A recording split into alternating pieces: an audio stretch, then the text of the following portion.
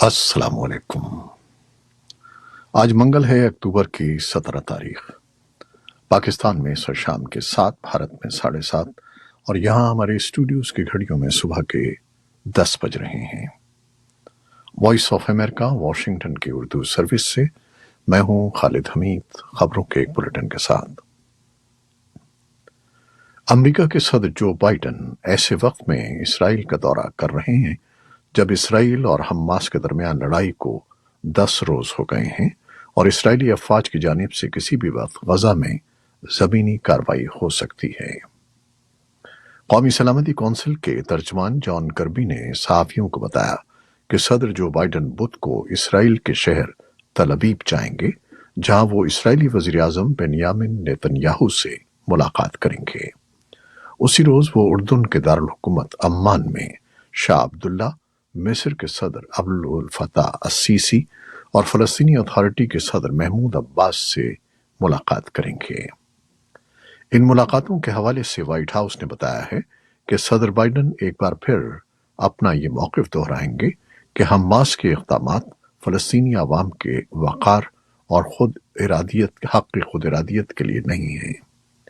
White house के मुताबिक इन मुलाकातों में गजा में लड़ाई से मुतासिर अवाम के लिए जरूरी इमदाद पहुंचाने का मामला भी ज़ेरे बहस आएगा।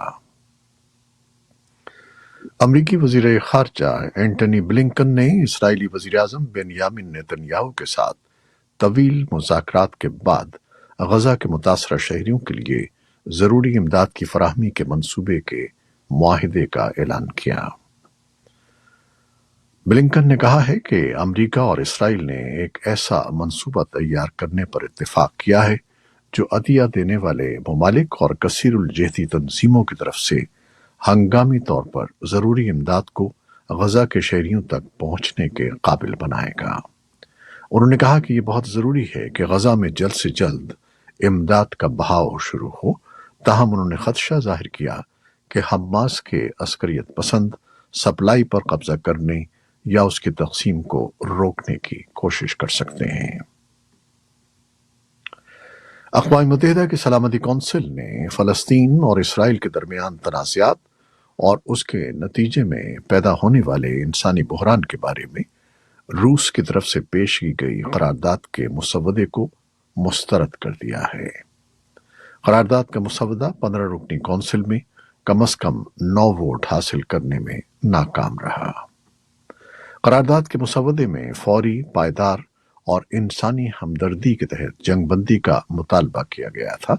शहरियों के खिलाफ हर किस्म के तशद्दुद और दहशतगर्दी की तमाम कार्रवाइयों की पुरजोर मसम्मत की गई थी और तमाम यरगमालियों की रिहाई, लड़ाई से मुतासरा शहरियों के लिए इमदाद की रसाई और शहरियों के महफूज इनखला का मुतालबा किया गया था।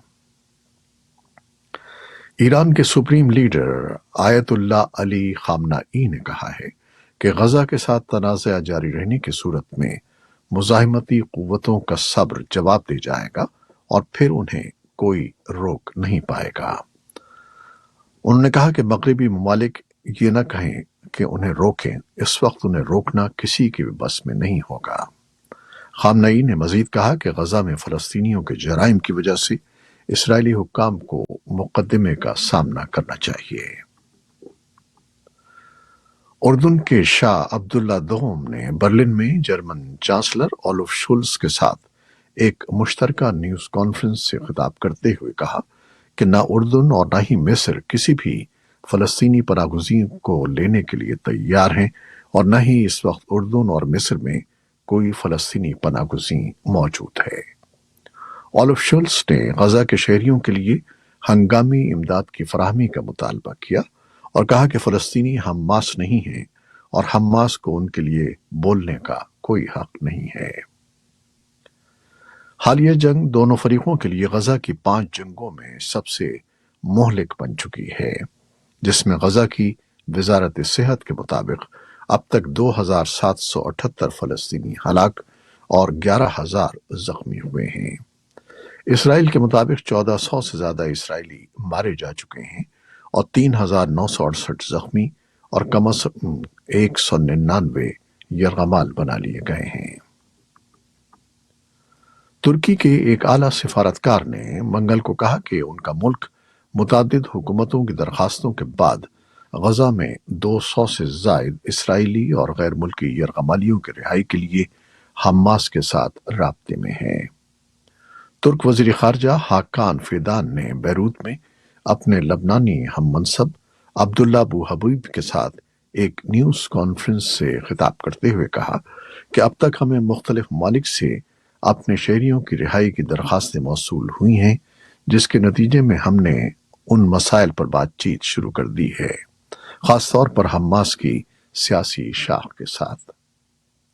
आलमी तंजीम रेड क्रॉस हमास पर जोर दे रही है कि उसे तकरीबन 200 इसराइली यरगमालियों तक रसाई दी जाए, जिन्हें उसके अस्करियत पसंदों ने अपने हमले में इसराइली इलाकों से अगवा कर लिया था। गजा में मैसूर फलस्तीनियों तक इमदाद पहुंचाने की कोशिशें अभी तक कामयाब नहीं हो सकी हैं। मिस्र और गजा की सरहद पर इमदादी सामान से भरे ट्रक खड़े हैं, जबकि गजा के मकीन और इमदादी कामों में मसरूफ तंजीमें पानी, खुराक और जनरेटरों के लिए ईंधन फराहम करने की मुसलसल अपील कर रही हैं। इसराइल की नाकाबंदी के सबब गजा की पट्टी में आबाद फलस्तीनी इन अशिया से महरूम होते जा रहे हैं। गजा में जंगबंदी का मुतालबा करने के लिए पीर को यहूदी गिरोहों की क़यादत में दर्जनों मुजाहिरीन वाशिंगटन में व्हाइट हाउस के गिर्द जमा हुए। मुजाहिरीन ने कदमे उठा रखे थे जिन पर तहरीर था कि जंग बंद की जाए।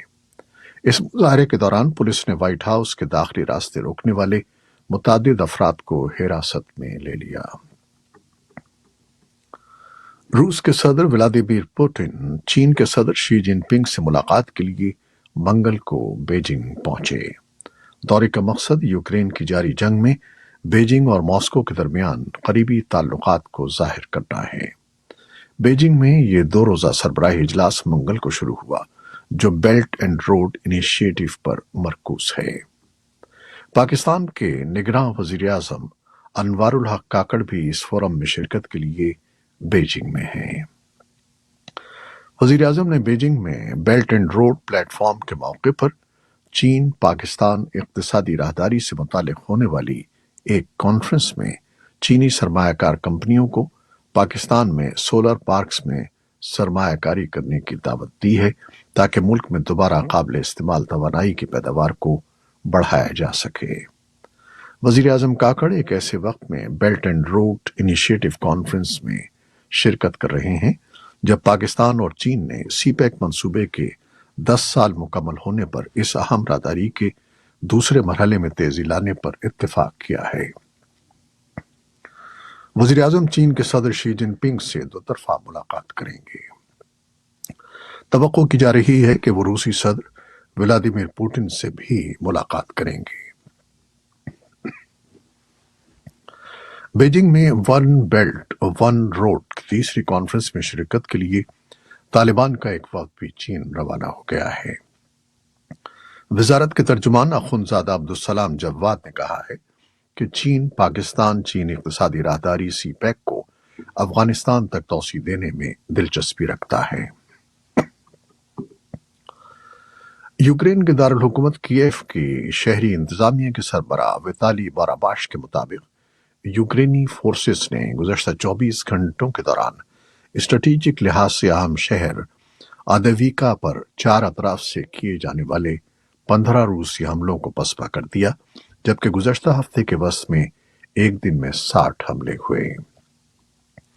वाशिंगटन में वाक़ई institute of study of war के मुताबिक रूसी फोर्सेस ने जारहाना कार्रवाइयां जारी रखी थी, जिनका मकसद अवदीका को घेरे में लेना था। लेकिन इस इलाके में रूसी कार्रवाइयों के मुमकिन तौर पर कम होने वाली रफ्तार से अंदाजा होता है कि अभी कामयाबी बहुत दूर है। यूक्रेन की फौज ने पीर को कहा कि रूस ने गुज़श्ता रात 6 मिसाइलों और 12 ड्रोन से हमला किया। पाकिस्तान की सहाफती तंजीमों ने सोमवार की रात पेशावर प्रेस क्लब को मुहासरे में लेने और वहां एक गैर सियासी तकरीब में शिरकत करने वाले 2 अफराद को गिरफ्तार करने की شدید الفاظ میں مذمت کرتے ہوئے خیبر پختونخوا حکومت سے متعلقہ پولیس اہلکاروں کے خلاف کارروائی کا مطالبہ کیا ہے۔ سوموار کی سپہر مفکورہ نامی ایک ادبی ثقافتی تنظیم کے زیر اہتمام ایک کانفرنس کا انعقاد کیا گیا۔ کانفرنس کے اختتام پر تنظیم کے سربراہ حیات روحانی کو گرفتار کر لیا گیا، جبکہ 2 دیگر افراد رات لگ بھگ 10 بجے پریس کلب سے نکلتے ہوئے گرفتار کر لیے گئے۔ پشاور پریس کلب کے سیکرٹری جنرل نے اس واقعے کی پرزور مذمت کی ہے۔ بھارت کی سپریم کورٹ نے ہم جنس افراد کی آپس میں شادی کو قانونی درجہ دینے سے انکار کر دیا ہے، لیکن عدالت نے مرکزی حکومت کو ہدایت کی کہ وہ ہم جنسوں کے حقوق کے بارے میں فیصلہ کرنے کے لیے ایک اعلیٰ سطحی کمیٹی تشکیل دیں۔ چیف جسٹس آف انڈیا نے فیصلہ سناتے ہوئے کہا کہ عدالت قانون نہیں بنا سکتی، وہ صرف قانون کی تشریح کر سکتی ہے۔ اسپیشل میرج ایکٹ میں ترمیم کا فیصلہ پارلیمان کو کرنا ہے۔ سپریم کورٹ بار ایسوسی ایشن نے فیصلے کا خیر مقدم کیا، جبکہ بعض درخواست گزاروں نے کہا کہ ہم جنس پرست برادری اپنے حقوق کے لیے لڑائی جاری رکھے گی۔ بیلجیم کے دارالحکومت برسلز میں پولیس نے اس شخص کو گولی مار کر ہلاک کر دیا ہے جس نے سویڈن اور بیلجیم کے درمیان میچ سے چند گھنٹے قبل پیر کی شام سویڈن کے 2 شائقین کو ہلاک اور 1 کو زخمی کر دیا تھا۔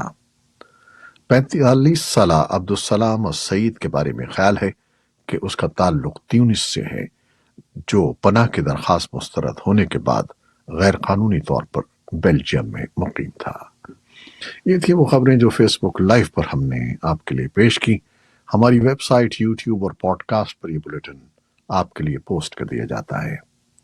آپ ہمارے بلیٹن کو شیئر کرتے ہیں اور اپنے کمنٹس میں اپنی محبتوں کا اظہار کرتے ہیں، جس کے لیے ہم آپ کے بے حد ممنون ہیں۔ اپنی ان کاوشوں کو جاری رکھیے گا۔ نیوز پروڈیوسر عائزہ عرفان اور نیوز ایڈیٹر ندیم یعقوب کے ساتھ خالد حمید کو اب اجازت دیجیے گا۔ اللہ حافظ۔